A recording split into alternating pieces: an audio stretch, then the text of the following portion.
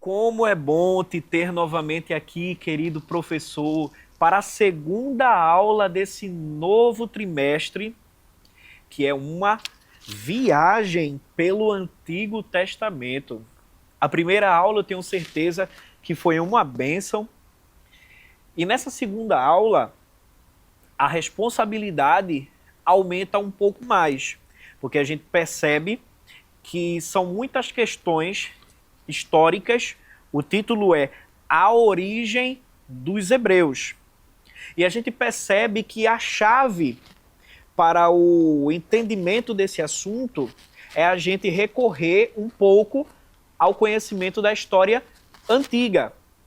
Professor, se você tiver acesso à pesquisa de civilizações e povos antigos, vai ser de grande proveito. Mas se você não tiver esse acesso, não se preocupe.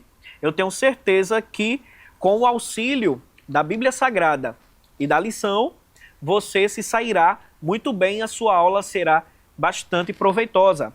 A aula, ela se concentra no texto bíblico que está em Gênesis capítulo 15 e o verso de número 18, que diz assim: naquele mesmo dia fez o Senhor um concerto com Abraão, dizendo: a tua semente tenho dado a esta terra, desde o rio do Egito até o grande rio Eufrates.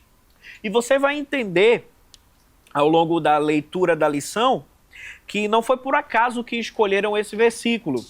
Na verdade, a história de Abraão aqui, ela é escolhida para ser paralelo ao estudo da origem dos hebreus.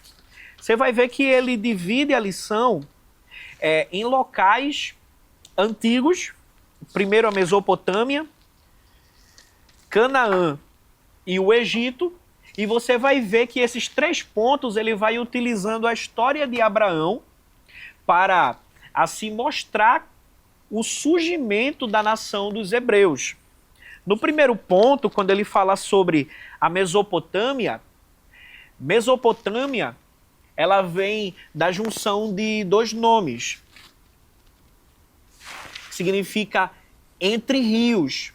E quem lembra um pouco de história antiga sabe que se concentrava basicamente entre os rios Tigre e Eufrates. Lá no Gênesis, no capítulo 2, do 8 ao 17, a gente encontra um rio lá no Éden que tinha 4 braços. E esses 4 braços eram 4 rios: Gion, Pison, Tigre e Eufrates. Então a gente percebe que da Mesopotâmia ela foi justamente o berço da civilização, o berço da humanidade. E não somente de lá. Explique para o seu aluno que Mesopotâmia não era um povo em si, mas Mesopotâmia era um local geográfico onde habitaram vários povos. Então,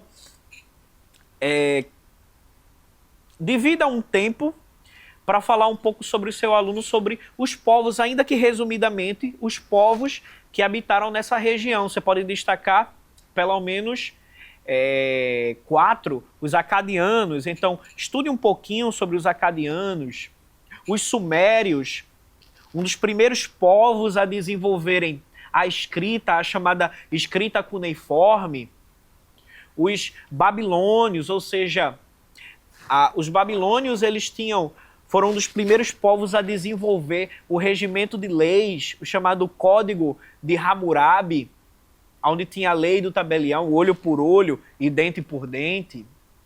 Explique um pouco sobre os assírios, uma potência guerreira que também habitou aquela região da Mesopotâmia. E por que esse estudo aprofundado da Mesopotâmia? Porque dali foi onde justamente Deus ele resolveu dar um novo rumo à humanidade. Capítulo 12 de Gênesis, quando Deus ele chama Abraão de um local que era rico em recursos hídricos, de um local que havia um estabelecimento de leis, era um local aculturado, extremamente aculturado. de um local onde haviam potências arquitetônicas, os chamados zigurates. Há historiadores e arqueólogos que acreditam que a Torre de Babel era justamente um zigurate.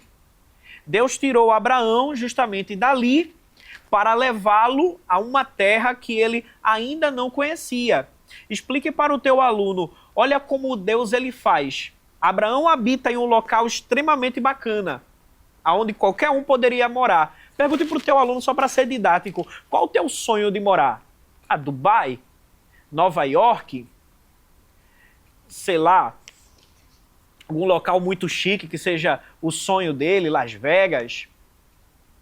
Mas diga para o seu aluno que naquele tempo, ali aquela região da Mesopotâmia, era justamente o local daquela crescente fértil, aonde era a maior potência. Todo mundo queria morar ali.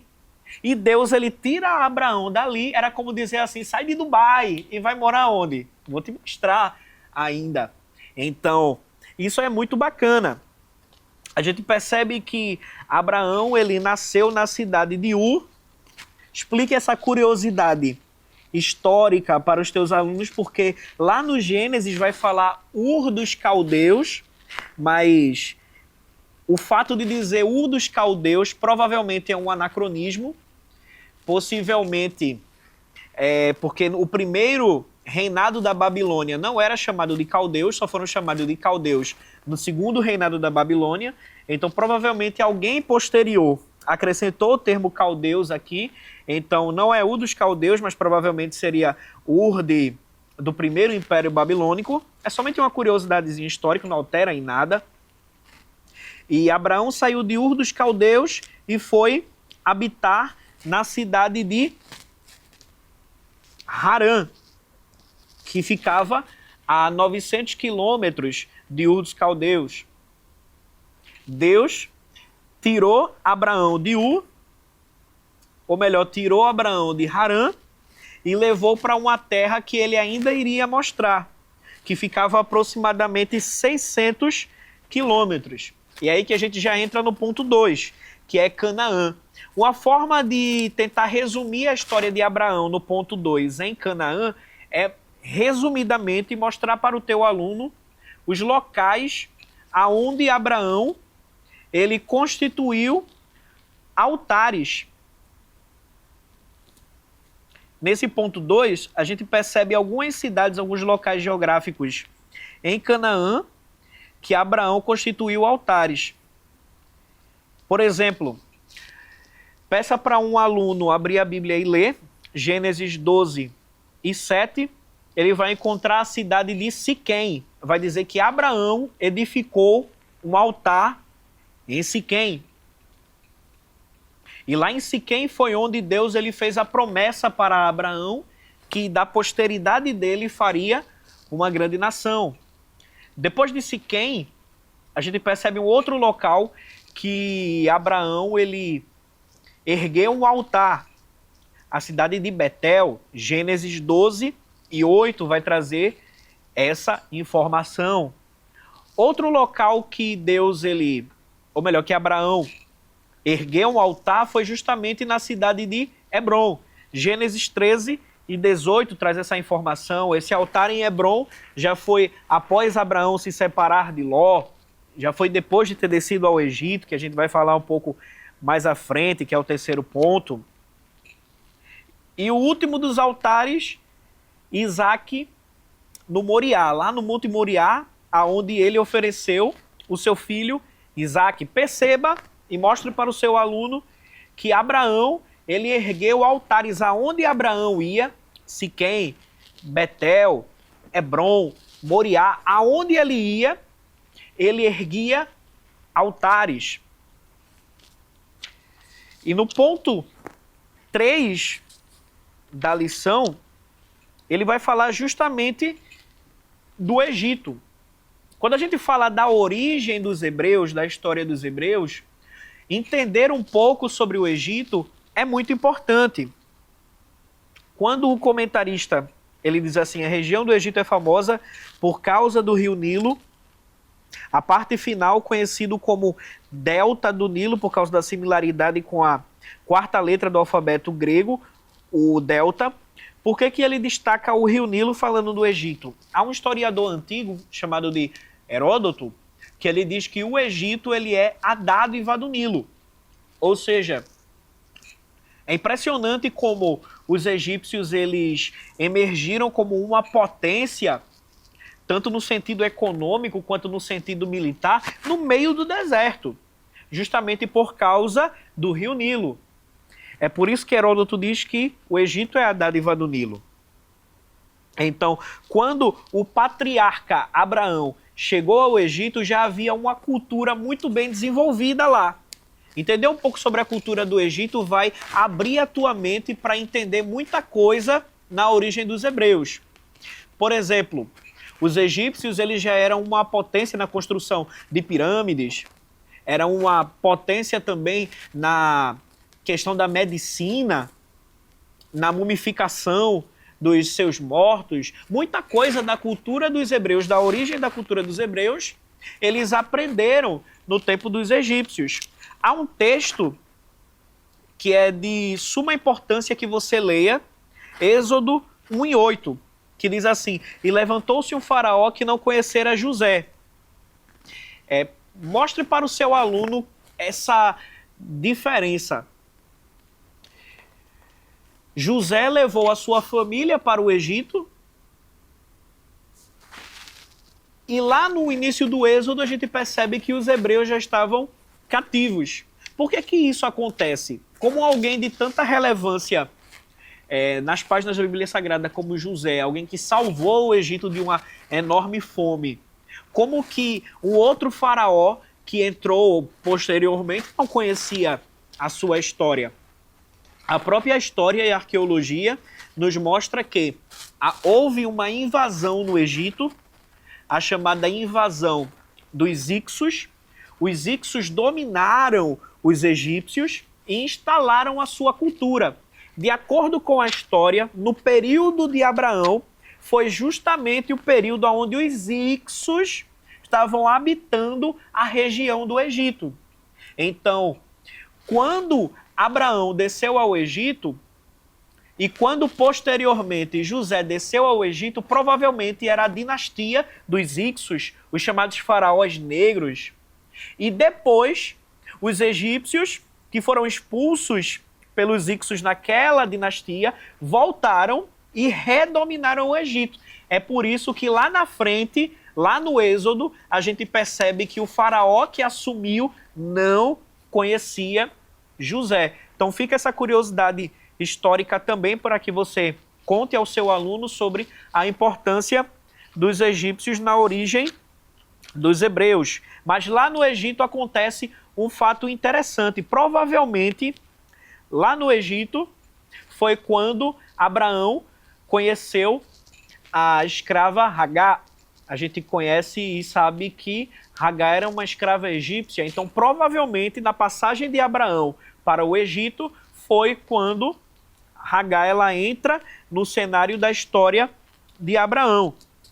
Então, se você puder estudar um pouquinho, professor, sobre esses povos, o Egito, a Mesopotâmia, tudo isso vai te auxiliar muito bem. E a gente percebe que Deus ele livrou no Egito Abraão, livrou no Egito José, livrou no Egito Isaac. Então a gente percebe que lá no Egito houve muitas situações onde Deus ele livrou o seu povo. Então, para concluir, diga para o teu aluno que Deus ele controla o tempo e ele controla a história. Deus ele estava fazendo surgir um povo para que desse povo fosse culminado em Jesus, que seria o redentor da história. Deus estava criando e fazendo nascer uma nação para dessa nação ser um espelho para todos os demais povos. Tem algumas dicas literárias que você pode estar utilizando nessa aula. Uma introdução ao Antigo Testamento. Esse livro, ele mostra muitos detalhes históricos e arqueológicos que vão te auxiliar nesse sentido para que você entenda a origem dos hebreus, e um verdadeiro clássico quando a gente fala de história de Israel, que é justamente o livro História dos Hebreus, do historiador antigo Flávio Joséfo, que foi um israelita que foi capturado e foi levado para Roma, e quando ele foi levado para Roma, quando Israel caiu pelas mãos do general Tito no ano 70, quando ele é levado para Roma, ele se torna historiador, e ele assim conta, faz uma epopeia sobre a história dos hebreus. E como ele é um historiador secular também, a gente entende que é uma prova autêntica sobre muitas coisas históricas que aconteceram na história dos hebreus. Professor, que Deus ele te abençoe, que possa te auxiliar, que a dependência do Espírito Santo seja o principal fator, além do estudo da lição e da Bíblia Sagrada, e que Deus ele te use poderosamente. Curte, comente, compartilhe, mande para aquele seu conhecido que você sabe que leciona na matéria de 15 a 17, que Deus ele te abençoe em nome de Jesus. Que o conhecimento é capaz de mudar a vida de quem lê, a gente já sabe. E que livro você pode comprar em qualquer livraria. Mas nós transformamos 100% do nosso lucro em mudança de vidas, através da ação social, evangelismo e missões. Ao adquirir qualquer um de nossos produtos, seja presencial ou à distância, você está investindo em alguém. Na próxima vez que você for comprar livros ou artigos evangélicos, não vá em qualquer lugar. Vá na Livraria Arca Missionária. Uma nova história começa quando você compra aqui. Agora você pode fazer a sua contribuição através do Pix. Uma operação rápida, segura e sem custos. Abra o aplicativo do seu banco, clique na opção Pix e em seguida vá na opção Transferência. Depois é só digitar nossa chave Pix, que pode ser o nosso CNPJ 11 120 490 0001 86. Nosso e-mail contribua@eadalp.org.br ou nosso celular 81-98883-2755. Verifique se a contribuição é para a Igreja Evangélica Assembleia de Deus em Abreu Lima, Pernambuco. Confirme a transferência e depois siga o procedimento do seu banco. Anote nossas chaves Pix para não esquecer. CNPJ 11 120 490 0001 86. E-mail contribua@iadalp.org.br. Celular 81-98883-2755. Você está contribuindo para o crescimento da obra de Deus.